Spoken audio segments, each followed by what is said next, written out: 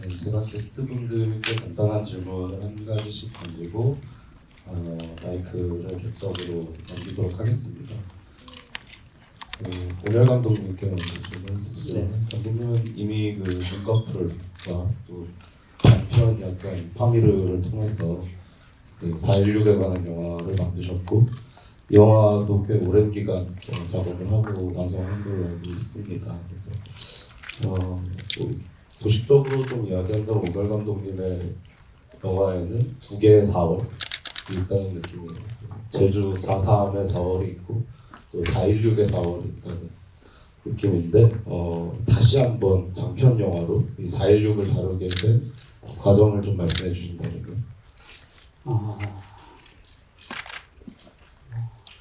수백 번 해도 계속 해야 되는 이야기 중에 하나라고 개인적으로 저는 그렇게 생각하고 있고요.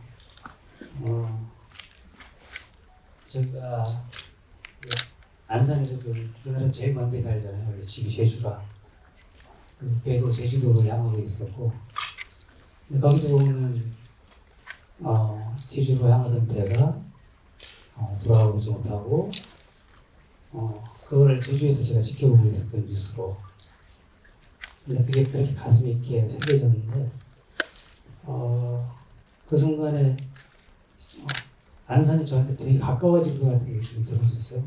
저희 제주 사람들은 사상 때문에 육지를 되게 멀게 생각하는 이질감을 좀 갖고 있거든요. 솔직히 지역이 너무나 큰 상처가 된 경험이 있어서. 그런데 그날 되게 끈끈한 연대감을 좀 개인적으로 느낀 것 같습니다. 우리 이웃이 이렇게 힘든 상황에 빠졌구나라는 너무 괴로운 순간에 예술을 하고 영화하고 뭐 이런 작업자가 유일하게 할 수 있는 방법은 이야기를 어떻게 작업으로 옮겨 놓느냐, 어떤 방식으로 전달해보느냐, 그런 숙제를 끊임없이 갖고 있었던 것 같습니다. 이 영화는 거의 저희가 촬영 시작한 횟수로 한 6년 된 것 같아요. 이제야 지금 오늘 첫 상영이라 저도 처음 본 극장. 이 영화는 4.16 생존자라든지 유가족을 다루는 영화 중에서 좀 예외적인 부분이 있다고 생각이 드는데 그것 중에 하나는 일상을 다루는 것이 아니라 참사로부터 좀 멀리 떨어져서 마치 고행을 떠나듯이 이렇게 먼 길을 떠나고 서로 다른 생존자들이 또 운명처럼 엇갈리면서 맞물리는 어떤 구성을 택하고 있거든요. 4.16을 다시 극화한다고 했을 때 어떤 계기로 이런 구성을 떠올리셨고 왜 필요하다고 생각하셨는지 말씀해 주신다면. 우선 재난 영화가 되는 것을 피하고 싶었었고요. 그리고 제가 유가족들의 삶을 더 들여다봐서 묘사를 하면 더 큰 생치기가 날 여지도 많다고 생각을 해서 방식을 좀 바꿔야 되지 않을까. 그래서 죽음을 얘기하기 위해서 생명을 놓고 이제 엄마와 이제 서리가 다투듯이 다른 방식으로 그 아픔을 좀 더 바라보게끔 만들고 싶었어요. 네, 그분들께도 차례대로 질문 하나씩을 드리겠습니다. 이주성 배우께서 연기한 성철이라는 인물은 이 영화에서 변화의 폭이 가장 많은 인물이잖아요. 그러니까 고등학생 그리고 참사의 생존자였다가 성냄의 업소에서 일을 하는 인물이었다가 또 별다른 설명 없이 파미르로 떠나는 것까지 이 폭이 굉장히 넓은 인물인데 그 각 부분마다 어떤 것들을 강조해서 표현하고 싶었는지 그리고 이렇게 변화가 큰 인물을 어떻게 설득력 있게 보여주려고 했는지 어떤 노력들을 하셨는지 좀 말씀해 주신다면요.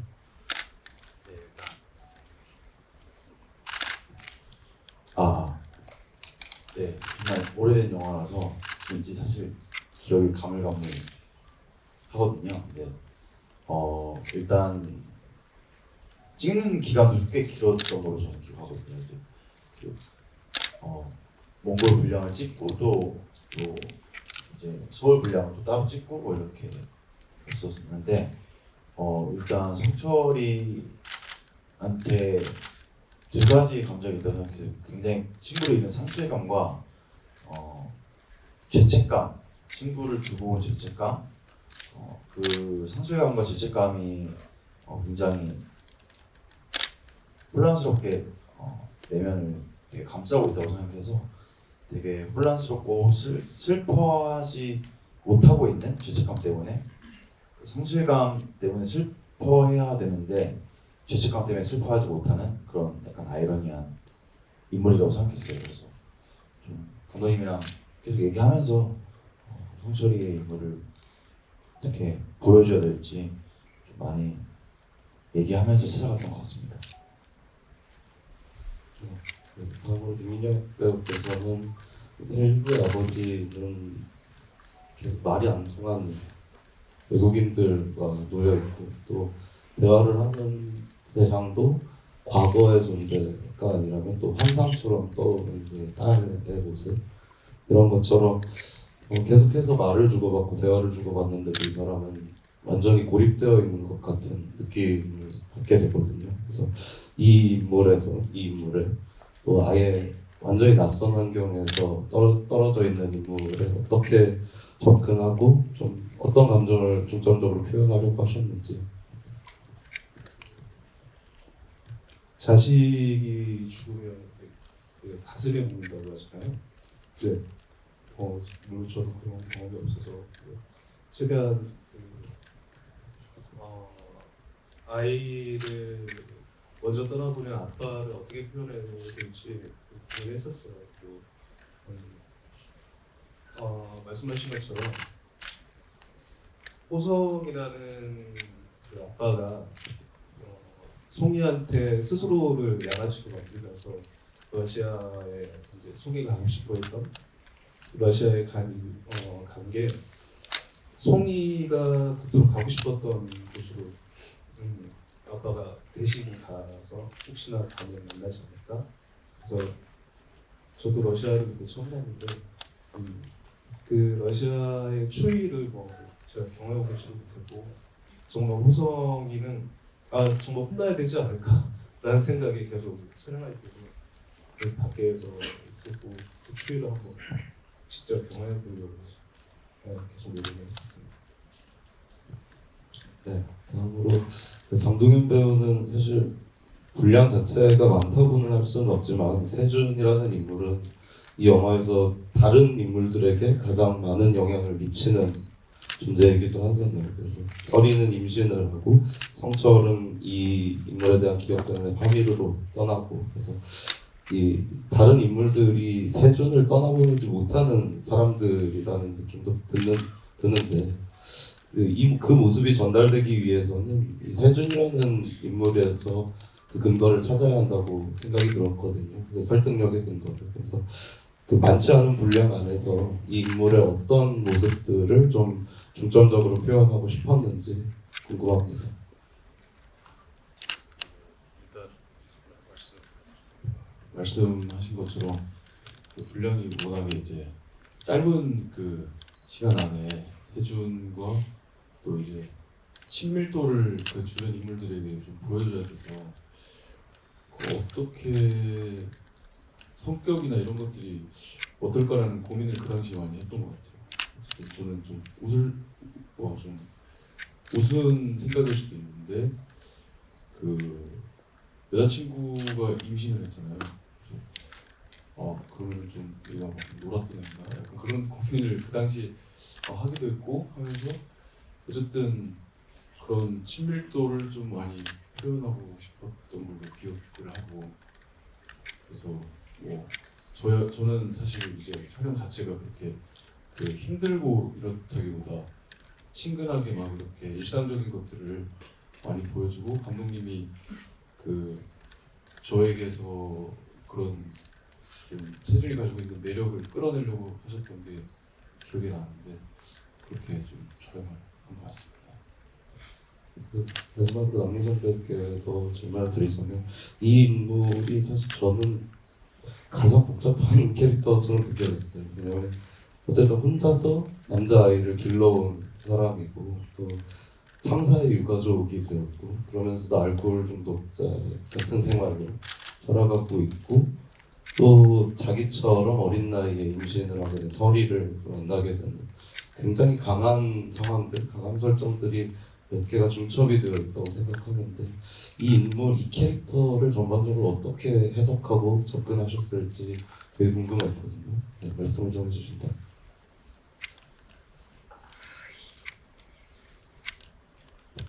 예. 이렇게 말씀드리면 좀 이상할 수도 있는데 사실은 그 캐릭터에 대한 부분에 대해서는 그렇게 고민을 많이 안 했던 것 같아요.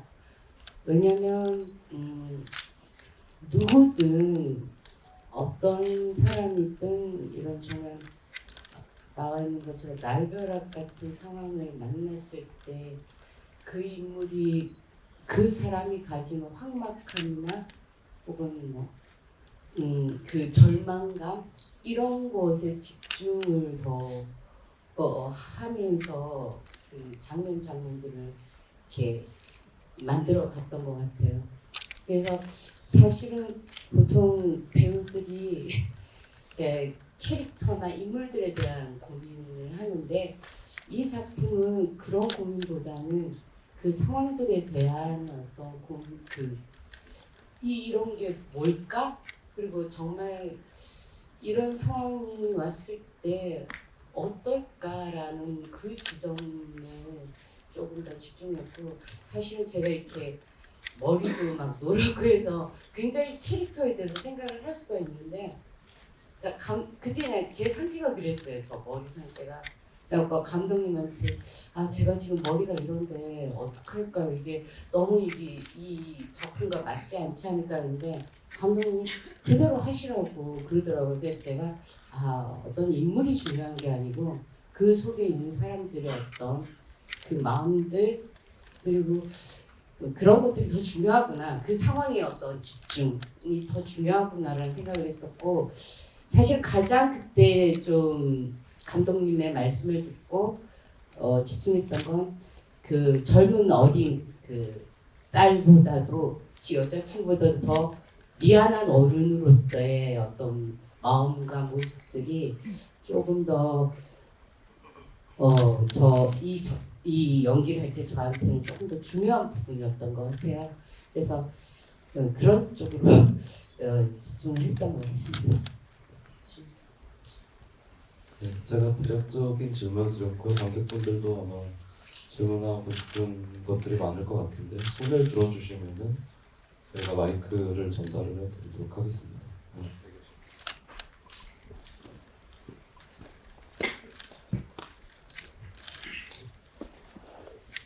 안녕하세요, 감독님. 영화 정말 잘 봤고요. 저는 이 영화를 전체 관람가라는 프로그램에서 단편으로 처음 접했는데 그때 알기로는 이 파미르 장면을 몽골에서 그 한정적인 예산 때문에 되게 최소 인원으로 가서 촬영을 한 걸로 알고 있습니다. 영화라는 게 정말 사람이 직접 만드는 것만큼 힘든 작업인데 그 몽골에 가서 9명끼리 작업을 했을 때 혹시 어떠셨는지 힘든 점은 없으셨는지 궁금해서 단편할 때. 네, 맞습니다. 예. 이게 오래 저질러야지. 저희가 이 작업은 이제 저희가 좀 예산을 이제 구해서 만든 영화지만 이 작품의 토대가 된 게 JTC에 했던 3천만 원으로 감독들이 영화 찍어보는 프로그램이었거든요. 그때 제가 이제 판미를 단편을 한 건데 그때도 제가 방송국이 우겼어요. 세월호 하면은 촬영하고 안 한다. 근데 그중에서 오케이 해주고 몽골을 가야 되니 3천만 원으로 단편 15분을 찍어야 되는데 그때 우리 이 김력 배우가 PD를 했어요. 밥을 워낙에 잘해서 제가 PD로 데리고 갔어요. 9명이 식사를 해줘야 돼서. 그리고 제 주변의 지인들 몇 분이랑 사운드 안 해봤던 친구한테 사운드 가르쳐주고 그렇게 해서 섞였죠. 아주 프로페셔널은 아니고 프로들은 아니고 근데 그 작업이 저 개인적으로 저한테도 너무 감동의 시간이었었거든요. 이 영화의 뒤에 몽골의 무당이 그가 원하는 곳에 그의 영혼이 머물지어다라는 대사가 있는데 제가 파미르란 저도 사진을 처음 보고 파미르란 땅을 되게 갈망하게 됐는데 너무나 고독한데 너무 아름답구나 이 여기가 지구의 진짜 별다운 모습 진짜 아름다운데 왜 이렇게 고독할까 영혼이 진짜 그 고독함을 만약에 떠든다면 이런 고독함을 갖지 않을까 근데 삶이라는 게 되게 찬란하잖아요 그래서 이게 되게 유사한 느낌이 좀 있었던 땅인데 그 단편 덕분에 지금 저희가 솔직히 말씀드리면 제가 오늘 그 학교 때문에 다들 고생시켜놔가지고 저는 개인적으로 혹사시킨 것들이 너무 여기서 지금 주성에도 가가지고 진짜 너무 고생 많이 하고 그래서 좀 영화는 솔직히 아직 잘 모르겠고요 아직 왜를 맞아야 되는지 아직 모르겠고 지금 솔직히 배우들한테는 그 미안한 신경입니다 이 영화 너무 길게 이렇게 시간 둬가지고 이제 보게 해서 개인적으로 그게 되게 마음이 걸립니다. 네, 또 질문이 있으신 분들은 뭐 감독님께도 좋고 여러분들께 질문을 주셔도 좋고 그러면 감상을 말씀해 주셔도 좋습니다.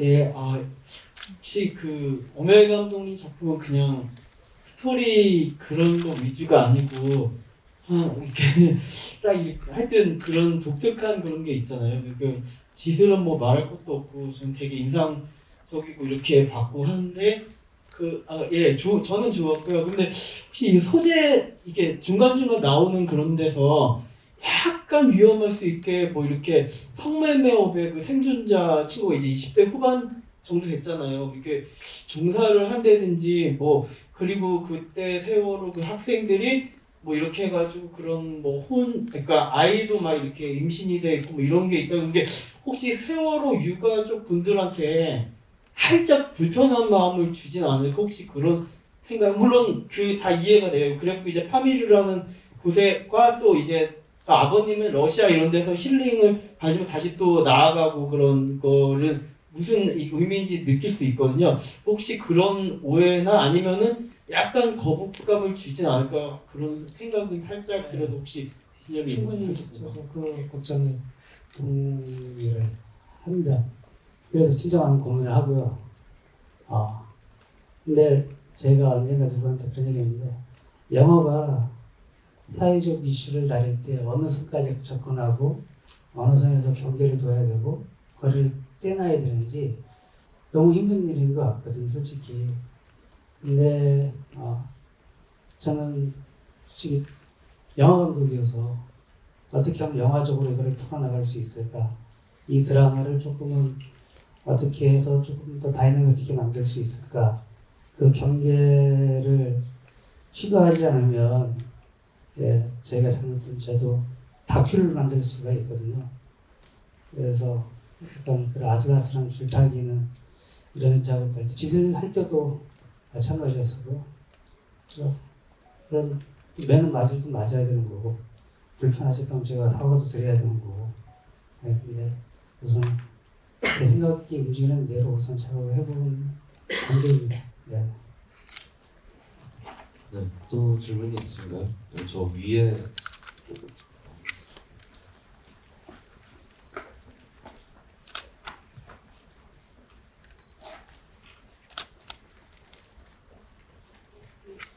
감독님께 질문을 드리고 싶습니다. 하신 질문이랑 살짝 연계되어 있긴 하지만 저는 영화를 보면서 여기 나온 굉장히 인물들이 모두 도덕적으로 완전 무결하지 않잖아요.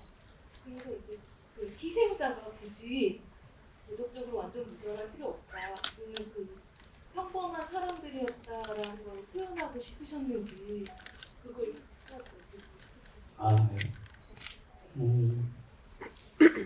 되게 다채로운 삶이 있잖아요.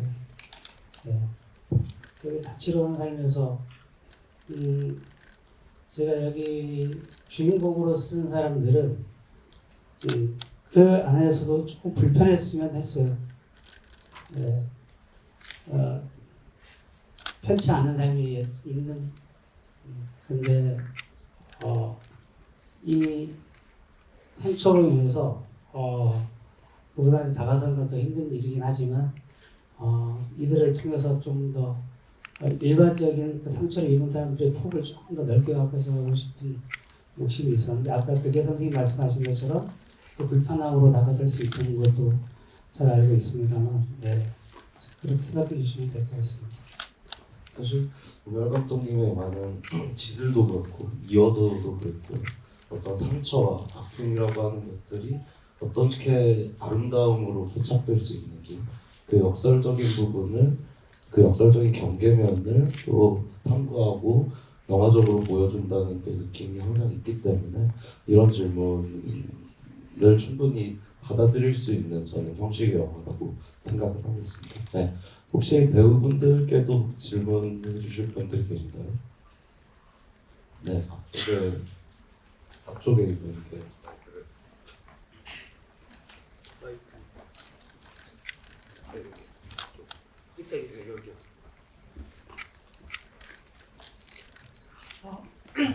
우선 영화 너무 잘 봤고요. 지금 있으신 배우분들 중에 유일하게 이제 나머지는 남겨지신 분들인데 유일하게 떠나신 분이 태준 역할 배우 하신 분인데 이제 영화를 보시면서 남겨진 사람들의 이야기를 보면서 어떤 느낌이 드셨는지 궁금해요. 저도 그 영화 보면서 사실 그때 대본은 당연히 감독님이 이제 전체 대본을 제가 읽을 수 있게 해주셔가지고 읽었는데 이렇게 굉장히 강렬하고 굉장히 상징할 것이 많은 영화가 탄생할 거라고 저는 생각을 못했거든요. 그래서 저도 오늘 정말 몇 년 전에 찍었던 영화를 다시 보면서 굉장히 강렬한 인상을 받았고요. 이게 뭐 구체적으로 제가 어떤 표현을 하는 것보다 저는 영화를 볼 때 뭐 좀 아무 생각 없이 머리를 비울 수 있는 영화도 물론 가치가 있고 좋지만 이제 영화관을 떠나고 나서도 뭔가 삶에 있어서 변화가 있고 굉장히 생각할 게 많은 영화가 정말 좋다고 생각을 하는데 그래서 오늘 저도 감독님 팬이고 좋아해서 작업을 했지만 그 남겨진 사람들의 삶을 통해서 뭔가 전하고자 하는 메시지가 크게 있었는데 그 어떤 울림이 있었고 어떤 구체적인 표현을 해야 될지는 사실 잘 모르겠습니다. 저는 그 나머지 세 배우분들께도 비슷한 질문을 드리고 싶은데 사실은 영화 전체에 나오는 것이 아니잖아요. 각각의 배우분들이 부분에 나오면서 이것이 전체 그림을 만들어내는 방식의 영화인데 이 영화를 보시면서 다른 같이 연기해보지 못한 다른 부분들을 또 보게 되면서 어떤 느낌을 받으셨는지 어떤 인상으로 이 전체 그림을 받아들이게 되셨는지 소감을 좀 말씀을 해주신다면 이주승 배우부터 말씀을 해주신다면. 일단 이제 남미정 선배님이 이제 세준이 어머니 역할이신데 제가 한 번도 못 찾아뵌 것 같아서 죄송했고요 보면서 그리고 이제 제가 약간 짝사랑하는 느낌의 송이 아버지한테도 좀 우연치 않게 마지막에 또 이렇게 담요를 덮어드렸지만 못 찾아뵈서 죄송하더라고요. 그래서 죄송한 마음이 컸습니다. 한번 찾아뵐 수 있었는데 죄송합니다. 네, 또 말씀을 해주신다면. 저는 이 영화를 볼 때마다 사실은 볼 때 제 딸의 기억을 흔적을 보는 것 같아서 솔직히 약간 저 뒤에서 계속 가슴이 너무 쳐요. 내 딸이 이렇게 살았구나라는 느낌이 들어서 너무 가슴이 그렇습니다. 네. 저는 이별하는 게 정말 쉽지 않은데, 그러니까 너무 이별을 하는 방법들도 잘 모르고 그 쉽지 않은 일들을 해야 되는데 좀 너무 쉽게 이별을 하고 있나 이런 생각이 들어서 좀 많이 좀 미안했고 다른 분들이 너무 고생을 많이 하신 것 같아가지고 그 러시아도 그렇고 파미르도 그렇고 너무 고생을 저는 서울에서만 찍었거든요. 감독님들이랑 배우님들 스태프분들 다 저걸 어떻게 다 찍었을까라는 생각을 하니까 보는 내내 너무 가슴이 정말 뭉클했고 이런 분들이랑 같이 영화를 찍어서 너무 감사하다 그런 생각을 했습니다. 고생 감독님 한 말씀 더 근데 실제로 저희 현장은 좀 열악한 현장이어서 배우들한테 좀 힘들어요. 자기 스스로가 자기 얼굴 사는 거 자기가 조심해야 되고 이렇게 주둥이도 얘기해도 되는 좀 화장실 관련이 1km 이상을 걸어서 산을 넘어가야 배우가 그런 환경이니까 몽골이라는 장소가 너무나 험준하고 또 김민혁 배우는 여러분들 보시면 얼굴이 이렇게 반 얼어있는 장면이 있거든요. 분장이 아니거든요. 그죠? 실제로 촬영 전에 영하 25도였습니다. 밖에서 촬영 한두 시간 전에 분장하고 계속 밖에 서 있었어요. 그래서 얼굴이 반이 실제로 얼어있는 거거든요. 근데 배우들의 그런 열정적인 모습이 현장에서 제가 진짜 감사한 시간들이었고 제가 아까 서두에도 말씀드렸지만 그냥 미안합니다. 네, 또 질문하고 싶은 부분. 네, 저기 계신 손을 들어주시죠.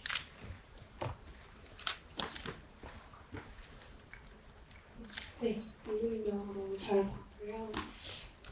일단 이 영화의 제목이 파미르인데 이 사건 주된 사건은 이제 세월호 사건을 다루고 있잖아요. 그래서 혹시 감독님께서 생각하시기에 이제 파미르라는 그 장소와 공간이 그리고 이 제목이기도 한데 어떻게 이제 세월호 사건과 연관성을 지니고 있는지 그런 의미가 있어서 그렇게 제목을 지으신 건지가 좀 궁금했습니다. 제목을 제가 단편에 산 다음에 바꿔보려고 그렇게 고민을 많이 했었는데 어쨌든 제목이 너무 안 떠오를 때가 있거든요. 그냥 이 이름 아니면 못 쓰겠구나. 그리고 제가 아까 혹시 모르지만 좀 몽골의 무당한테 준 대사를 개인적으로 너무 좋아하거든요. 돌아오지 못한 애들이 자기들 원하는 곳에 가서 머물렀으면 그런 상징성으로 파미르라는 제목을 지은 거거든요. 그래서 아무튼 그렇습니다. 네, 또 질문 있으신 분 계신가요? 저기 위에. 네,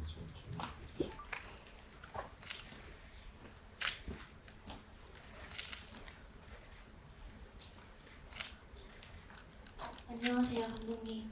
네. 영화 예약 너무 하고 싶었는데 오늘 성공해서 볼 수 있어서 너무 기쁩니다. 그래서 엄청 힘들었거든요. 예매하는데 그래서 너무 떨리는데 지금 저는 사건이 저희 시대를 살아가고 있는 사람들에게 굉장히 큰 사건이잖아요. 근데 이런 사건을 작품으로서 남겨주셔서 너무 감사하다는 말씀을 드리고 싶고 저도 앞으로 사건들을 겪으면서 이렇게 감독님처럼 이렇게 이야기나 스토리로 만들어서 관객들에게 많이 나눌 수 있는 그런 예술가가 되고 싶다는 생각을 했어요. 그래서 우선은 감사하다고 말씀을 드리고 싶고 떨려서 손이 떨리는데 질문 드리고 싶은 거는 저는 송이 아버지랑 그리고 조승배님이 맡은 세준이었나요? 세준이 죄송합니다. 네, 손철이 네. 그래서 그 두 배우분들은 각자가 뭐 시베리아 횡단열차라든지 파밀이라든지 이 인물들은 희생당한 사람들이 원했던 장소를 가는 것들을 영화에 담아내고 있잖아요. 근데 유일하게 어머니랑 그리고 여자친구는 사실 어떤 방면으로 흘러갈지 궁금했었거든요. 근데 오히려 원했던 가보자 하는 그런 방향이 아니라 뭔가 남겨진 것들에 대해서 처리하는 그런 일들을 하길래 혹시 그 장면을 따로 그렇게 해석을 하신 이유가 있는지 그게 궁금해요. 각 챕터별로 하는 방식에 대한 걸 좀 크게 중심을 뒀고요. 그래서 아빠의 이별의 방식, 엄마의 이별의 방식, 또 친구의 이별의 방식. 이제 크게 보면 이 챕터 안에는 각자 그런 방식을 어떻게 표현할까에 대한 숙제가 컸거든요. 그래서 엄마의 이별은 그 여자친구를 통해서 아까 말씀드렸듯이 생명을 통해서 죽음을 어떻게 대하고 있는지 남은 계신 사람들이 그 죽음의 큰 공백이 얼마나 고통스러운 건지를 묘사를 해보고자 했던 거거든요. 아빠는 아빠의 방식으로, 이 친구는 또 친구의 방식으로 어떻게 보면 아주 간결하게 그런 방식을 채택한 것 같습니다. 시간이 다 돼서 이제 마무리할 시간이 됐는데 저는 이 영화를 보면서 그 3.11 사건이 터졌을 때 고레에다 히로카즈가 얘기했던 아주 끔찍한 참사 앞에서 우리는 아무 말도 못하거나 어떤 말도 부족하다고 느낀다 이런 이야기가 또 떠오르기도 했습니다. 4.16에 대해서도 저희는 앞으로 계속 무엇에 대해서 말하고 또는 말하지 못하는 그런 작품들을 계속 만나게 될 것 같습니다. 오늘 감독님과 배우님들, 관객분들에게 마지막 인사 한마디씩 부탁드립니다. 저도 너무 긴장되게 지금 이 자리에 있거든요. 어제 술 먹고 오늘 낮에는 좀 잘 줄 알았는데 못 자고 계속 이 시간에 오는 긴장감이, 왜냐하면 이게 제 개인적인 욕심으로만 할 수 있는 작업이 아니다 보니까 이것을 이 영화 감독으로서 책임도 져야 되는데, 그런데 또 민폐가 되면 안 되고, 또 여러분 여기 지금 감사하게 이렇게 많이 계시는데 관객들이 실망하면 그럼 이 시대의 사회적 아픔을 묘사하는 방식이 서투르면 거기서 오는 통증이 더 크거든요. 또 그 책임도 또 오롯이 저희가 감당해야 되는 몫이라 개인적으로 되게 힘들게 이 자리에 왔습니다. 다행히 아직 꾸중을 안 하셔서 그나마 오늘 다행이라고 생각이 듭니다. 아무튼 이제 같이 해주셔서 감사드리고 이 영화 개봉할 수 있을지 아직 모르겠어요. 이제 영화보다는 여전히 세월에 대한 이 해결에 대한 이 미비한 것들 우리가 가끔 이제 잊어버리잖아요. 기억만으로도 그분들한테는 되게 큰 도움이 된다라고 우리가 한동안 얘기 많이 했었는데, 이 참사를 통해서 우리가 또 다른 반영을 해야 되는 우리의 숙제도 있다고 생각을 해서 아무튼 그런 것들에 저는 좀 더 기여를 할 수 있는 계기가 됐으면 좋을 것 같습니다. 감사합니다.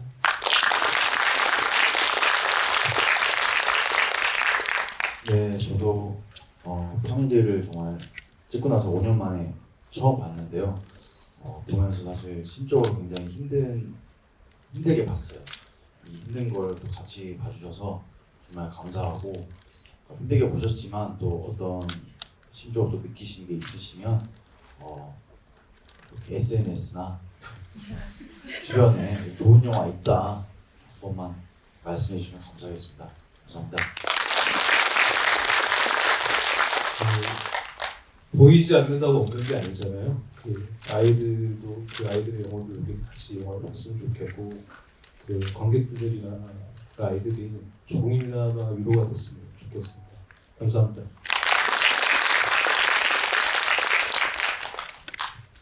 저는 그 아직 4월이긴 하지만 올해 이 전주에 와서 오멜 감독님의 파미를 이렇게 본 게 정말 가장 잘한 일 중에 하나라고 생각이 들고 그 정도로 그 제가 느낀 것들처럼 다들 좀 그런 강렬한 인상을 이렇게 여러분들도 받으셨었으면 하고 또 상영 일정이 또 있는데 또 많은 분들이 보고 느껴주셨으면 좋겠습니다.